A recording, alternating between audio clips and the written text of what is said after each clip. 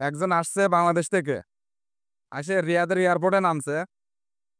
নামার পরে দেখছে যে মাশাআল্লাহ আমারে ভিআইপি গাড়িতে নিয়ে যাচ্ছে, কাজ করার জন্য আসছে আর কি।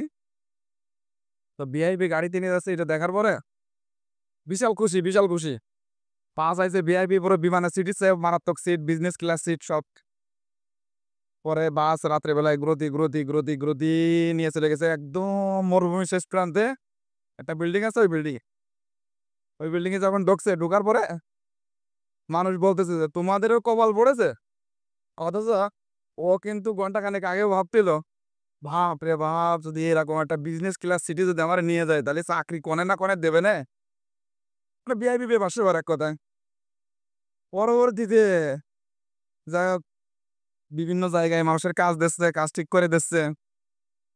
কাজ ঠিক করার পরে 1200 রিয়াল বেতনে কাজে আইছে ভিআইপি লোক যেহেতু। আসার পরে কোম্পানি থেকে বলতেছে যে যারা যারা মদিনার রাস্তায় কাজ করতে যাবা তারা তাড়াতাড়ি রেডি হয়ে যাও, মদিনার রাস্তার কাজ 800 টাকা বেতন। এবারে যাই হোক, কেউ কেউ বলছে না আমরা 1200 টাকায় আইছি, আমরা 800 টাকা বেতনে কাজ করব না। পরে যাই হোক, কিছু লোক গেল, কিছু লোক থেকে গেল। এবার যারা পাকামো করে থেকে গেল, এবার 6 মাস পরে তাকে কোনো, 6 মাস পরে তাকে কোনো কাজ দেয় না। এরপরে যে 6 মাস পরে যে এবার এরা নিজেরাই বললো যে না আমরা মদিনার রাস্তায় কাজ করব, আমাদের রাস্তায় কাজের ব্যবস্থা করে দাও।